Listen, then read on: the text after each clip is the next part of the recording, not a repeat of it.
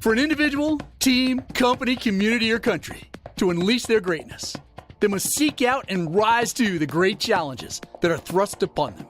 There is no other way. And the fact is, a great challenge is a form of finishing school. And by that I mean, once you're able to rise up to meet the mental rigors and the physical demands of a challenge, you'll be finished with self-limiting beliefs, finished with settling for less, finished with excuses, and most definitely finished playing a small game. Hi there, this is Gary Ryan Blair, and I've got a great message for you today that you're absolutely going to love. It's titled, Unleash Your Greatness, an action guide for peak performance. Let's get after it. There are three kinds of people in this world playing three different types of games. The wills, the won'ts, and the can'ts. The wills play to win and they accomplish much. The won'ts, they play it safe and they accomplish little. And the can'ts play to lose and they don't accomplish anything. So which one are you? This message serves to inspire those who will and to put a good scare into the won'ts and the can'ts. So let's start by focusing in on the power of I will. There are no words that are as great nor as powerful as the words I will. There is strength, conviction, depth, solidarity, decision, focus, confidence, and sheer determination in a loud, ringing tone which punctuates their delivery. The words I will send an advanced message to your mind and to those within earshot. It's a message of triumph over adversity, of victory in the face of great resistance, of the strength, will, and personal constitution to persevere until the end. The words I won't also send an advanced message, but it's one of resistance, of opposition, excuse-making, and protective posturing. And the words I can't are the worst of all, as they represent a hopeless victim mentality. Though deep down, every human being knows that he's in this world just once, as a unique entity, and that no accident, however strange, will throw together a second swing of the bat, a mulligan, a do-over. He knows it, but he hides behind it like a bad conscience. Why is that? Well, it's a simple four-letter word: fear. So what is it that compels people to be fearful? To think and act like part of the herd. To say I won't or I can't, rather than I will. For the majority of us, it's a desire for safety, for refuge, security. In short, the inclination to play it safe and to remain in the comfort zone. Overall, people are more fearful than they are courageous. And what they fear most are the troubles with which any unconditional honesty and intellectual maturity would burden them with. People hide their underperforming lives behind fear. And by doing so, they violate the greatest principle of all. The principle that every human being is a unique wonder and has beauty within that is worth bringing out. That ultimately, every human being is capable of greatness. The fact is, fear is unworthy of your companionship. And when a person who says, I will, despises other people, it is their attitude and their behavior that they despise. For he knows what is possible when one deploys the rigorous consistency of a commitment to a worthwhile goal. The human being who does not wish to belong to the masses, the one who dares to show the world that he or she what they are capable of creating, must cease being comfortable with himself. They must resist the gravitational pull of the comfort zone, and instead they must follow their conscience, which shouts out at them, unleash your greatness. What you are present doing, opining, and desiring is not really you. See, I admire I will people, those who inspire excellence and greatness in others for two primary reasons. The first, they serve as a beautiful example worth emulating, and they challenge me to become a better human being. And in the words of Carl Sagan, who are we if not measured by our impact on others? We're not who we say we are. We're not who we want to be. But we are the sum of the influence and the impact that we have in our lives upon others. For the remainder of this message, I'll be sharing with you a blueprint for unleashing your greatness and inspiring others through your example.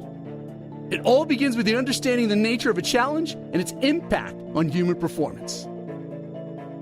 The fact is, the human body serves as the perfect metaphor for understanding the importance of a challenge, for the simple reason that the body is built to adapt and to respond to the demands that are placed upon it. The stronger the demand, the stronger the response. Physical muscles continue to grow and strengthen through the principle of progressive resistance. This principle is based on a theory that muscles must be challenged in order to upgrade and grow, and that they will progressively work to overcome any resistance force when required to do so. And the opposite is also true. as physical muscles will downgrade and weaken with the absence of a challenge. As an example, if you simply lift the same amount of weight each time you head to the gym, you keep your muscles in a comfort zone and don't provide any resistance for them to adapt and to grow. Even worse, if you stop weight and resistance training altogether, all gains become losses, as muscle without challenge eventually reverts to fat. The principle of progressive resistance operates the same way in every area of our lives, and that is exactly why we all need to be challenged. And not just physically challenged. We need intellectual, leadership, spiritual, relational, sales, and any other type of performance challenge that stretches us, that forces us to overcome adversity, that tests our character and commitment, and which inspires us to say adios to our comfort zone. So when will your finest hour come and how will it arrive? Do you really think it's going to materialize without a challenge? Without your perseverance being tested? Without you being pushed to your limits, tormented, and put through your own personal hell? In short, for an individual, team, company, community, or country to become great, they must seek out and rise to the great challenges that are thrust upon them. There is no other way. So let's talk about the rewards of rising to a challenge. There is no purer form of success, no more exact and demanding test of what you're capable of, than to face a challenge and to find joy in the capacity to meet it. And while we all have different goals and aspirations, we all love and benefit from a challenge, something that inspires us to reach the full peak of our potential, that jailbreaks us from our comfort zone, and which transforms us into a far more capable version of ourselves. The ultimate reason for setting challenging goals is to entice you to become the person it takes to achieve them. As you're about to find out, who you become, as well as the traits and skill sets that you develop in rising to meet a challenge, are so much more important than the nature of the challenge itself. So let's focus in on the 10 rewards of rising to a challenge. The first, a challenge develops mental toughness. It's actually very simple. You either rise to meet the mental demands and physical rigors of a challenge, or you succumb to them. And because victory begins in the mind, all challenges are initially won or lost between your ears. The very nature of a challenge sets an appropriate stage for practicing mental toughness, which by definition means a psychological edge that enables one to remain focused and confident during high-pressure situations to perform at one's full potential. Mental toughness means bending the body's software to control its hardware. It works if you're standing over a putt on the 18th green, it works if you're presenting to a room full of people, and it works if you're serving for game, set, and match. Number 2, a challenge stands down fear. A challenge is unique in that it immediately engages a fight or flight mechanism, and you never know how you're going to react until you're faced with it. Fear is never a reason for quitting, but it's an excuse for those unwilling to face their doubts, their insecurities, and their mental boogeyman. Therefore, your first duty in rising to meet a challenge is to conquer fear and the mental resistance that it brings along with it. You must get rid of it quickly, or you will get steamrolled by it. And if you're ever going to find your greatness, you must decide that what you want is bigger and far more important than the fear which prevents you from achieving it. You must choose to put that fear behind you. You must decide to stare it right in the eye, to walk straight through it, and to advance towards the goal with confidence, with conviction, and with certainty. Number 3, a challenge inspires courageous acts. Courage is the greatest resource that you have in rising to meet a challenge. What good is a challenge or a big ambitious goal if there's no willingness to overcome fear, mental and physical resistance, adversity, or self-doubt? The conceptual opposite of courage is cowardice. We're therefore confronted with the reality that we either habitually practice courage or we habitually practice cowardice.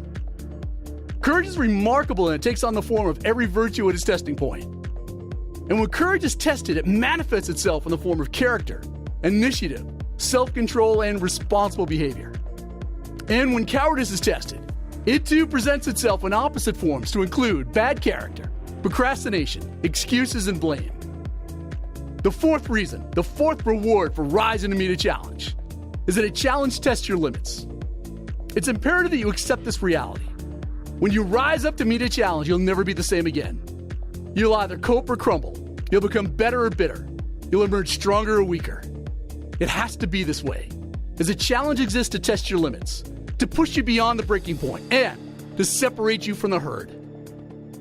You'll never know the full measure of your potential until you're tested.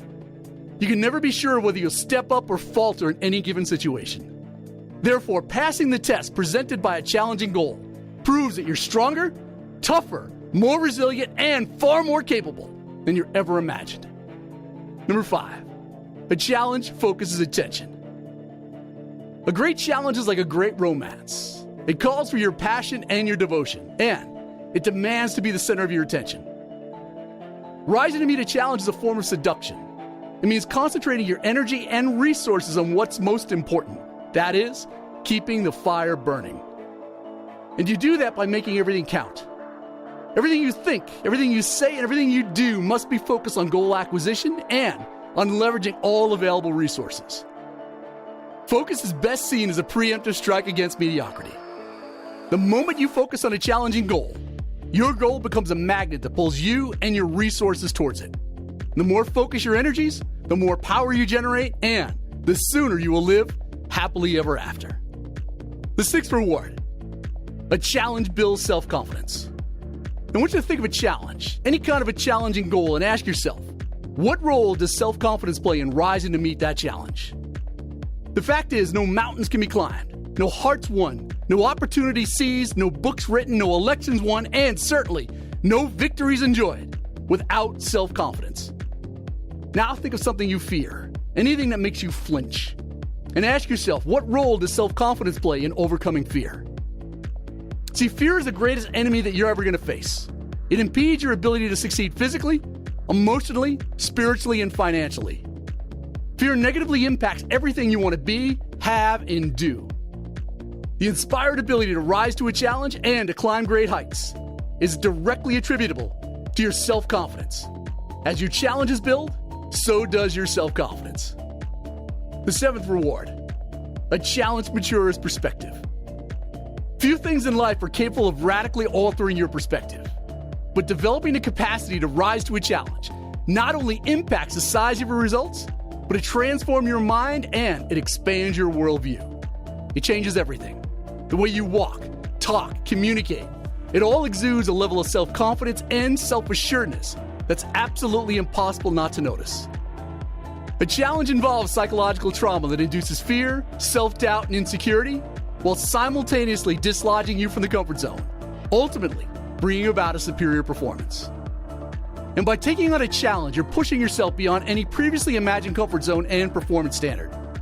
You'll be expected to pass tests that will tempt you to quit, and you'll be required to pay the high price that success demands while entering new psychological waters. But by rising to meet a challenge, you provide yourself with undeniable proof that you have what it takes. And this proof cements in your mind that you are the type of person capable of performing great acts, and that you really can do anything that you set your mind to. So number 8, a challenge demands superior execution. A challenge is limited value if not overcome, and expecting to get better results from the same old behavior will only succeed in perpetuating your current situation. It will not get you to another level of performance. Great companies, lives, families, everything are all built around extraordinary execution skills. The better you execute, the better you perform, and the bigger challenge you can take on. It's that simple.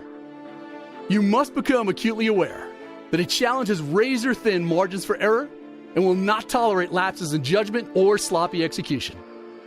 It expects you to give it your undivided attention.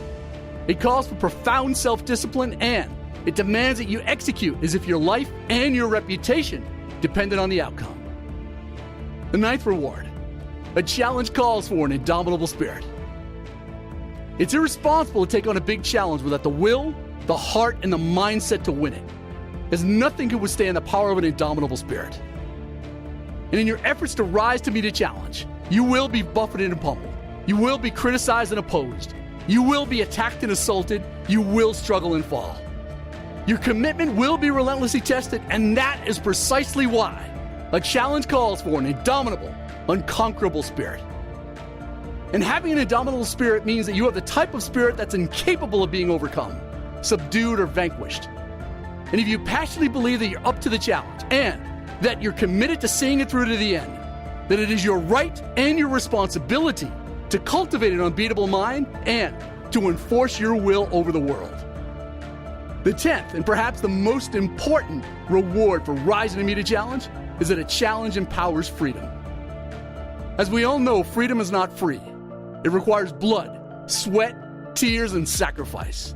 But freedom is the ultimate prize for rising to meet the physical rigors and the mental demands of a challenge. In virtually every case, the decision to rise up to meet a challenge all boils down to the desire for greater freedom in one's lives. This includes freedoms from and freedoms to. Allow me to explain. Freedom from the monkey on your back, from self-imposed limitations, from the opinions of others, shackles of debt, from self-limiting beliefs. Freedom from the comfort zone, from settling for less, freedom from the masses, and most importantly, freedom from fear. In addition, freedoms too.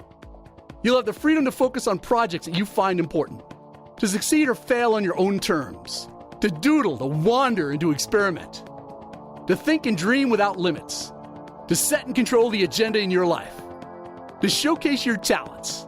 You'll have the freedom to set your own schedule, to say no without guilt, to love passionately and authentically.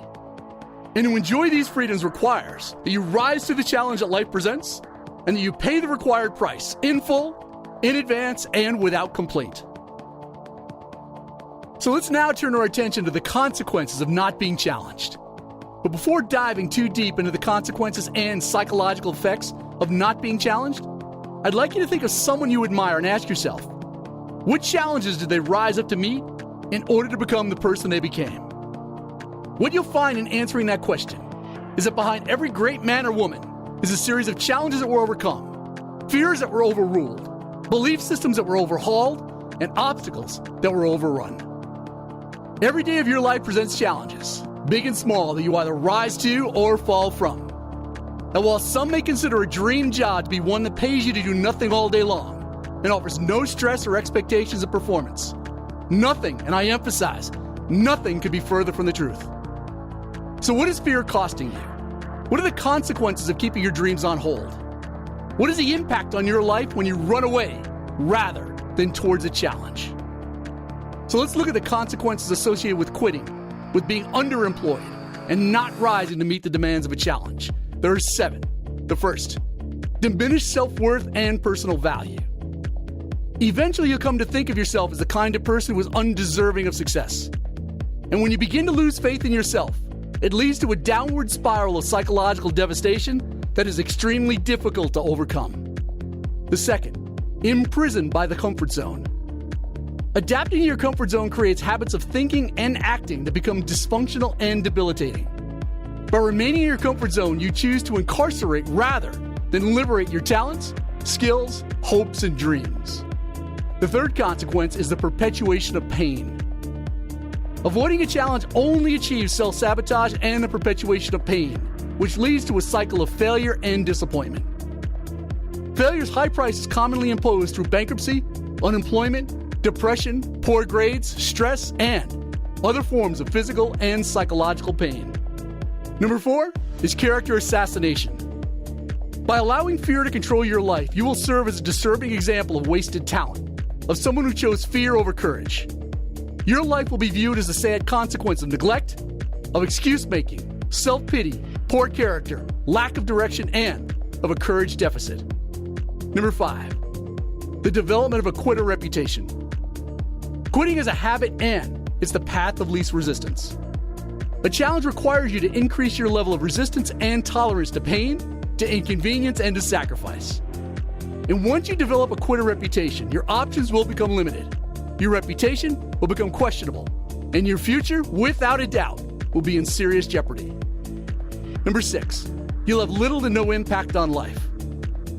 The ultimate test of the impact of your life is twofold. Whether the world you leave behind is qualitatively different and better from that which you inherited, and what specific contribution you made to that change. The fact is, you're either remarkable or you're irrelevant. And by embracing fear and running from a challenge, you'll have little to show for your existence and the precious time that you were given. And finally, number 7, limited earning ability. You negatively affect your financial opportunities by choosing fear over courage. Fear compromises the quality of your life, It undermines your ability to provide for your family, and it turns your golden retirement years into a time of fear, uncertainty, shame, and massive regret. By not actively stretching yourself and rising to meet a challenge, you'll only survive, and you will never know what it means to enjoy safety, security, and peace of mind. So let's now focus in on the rules of a challenge. Life is, in some respects, like a game of chess. The opening gambit may very well have been made a long time ago, and responses long set in motion. Indeed, some pieces may have been lost, but the board is still filled with opportunity. Each move is important, each decision has consequence, and every wasted opportunity is a tactical error. You've got to understand, every move counts. Different and sometimes conflicting interests drive the competition on the other side of the chessboard of life. You're often your own greatest adversary, prone to self-destruction, sabotage, and other means of moving away from victory and into checkmate. And just as chess has its rules, so does the game of life. And while knowing a game's rules does not guarantee that you'll win every match, disregarding the rules makes playing the game difficult and winning virtually impossible. So how do we do it? How do we rise up to meet a challenge? Well, here's your playbook for success. Rule number 1, throw your hat in the ring. The best act of creation is self-creation.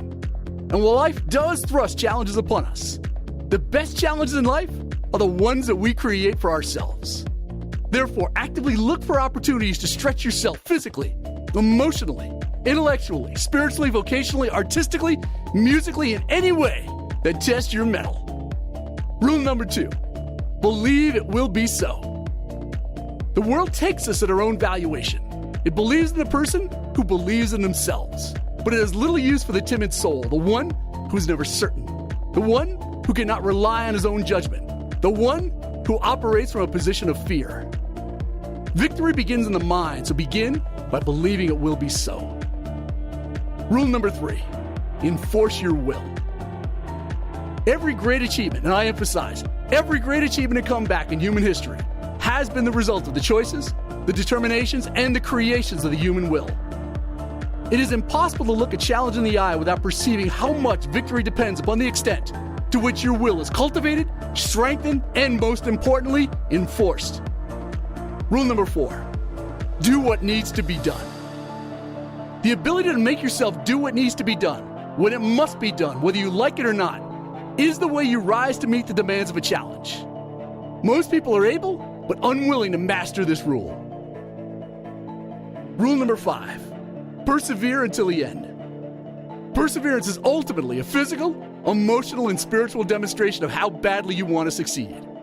It's fueled by a heart-pounding, ego-bashing, soul-searching test of your limits. So let them see you sweat as you express your greatness not by the acts that you perform, but by the perseverance that made those acts possible. Rule number 6, no excuses. If you're up to the demands of a challenging goal, you'll find a way. And if not, I promise you, you'll find an excuse. And if you experiment with excuses, it's largely because you find your talents to be inadequate. Excuses are personality defects, a symptom of mediocrity, and a character stain in need of immediate removal. Rule number 7, push yourself. Competing at the highest level is the greatest test of one's character, ability, and spirit. Therefore, don't limit your challenges. You must challenge your limits. Push and demand more from yourself, because if the goal does not challenge you, it cannot change you.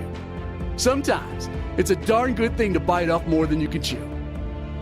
Rule number 8 is to raise the stakes. Rising up to meet the demands of a challenge requires you to raise the bar of your performance, as well as the stakes of accountability. There is no greater challenge than to have someone relying upon you to deliver on your word. And there is no greater satisfaction than to vindicate their expectation. Rule number 9 is to take intelligent risks.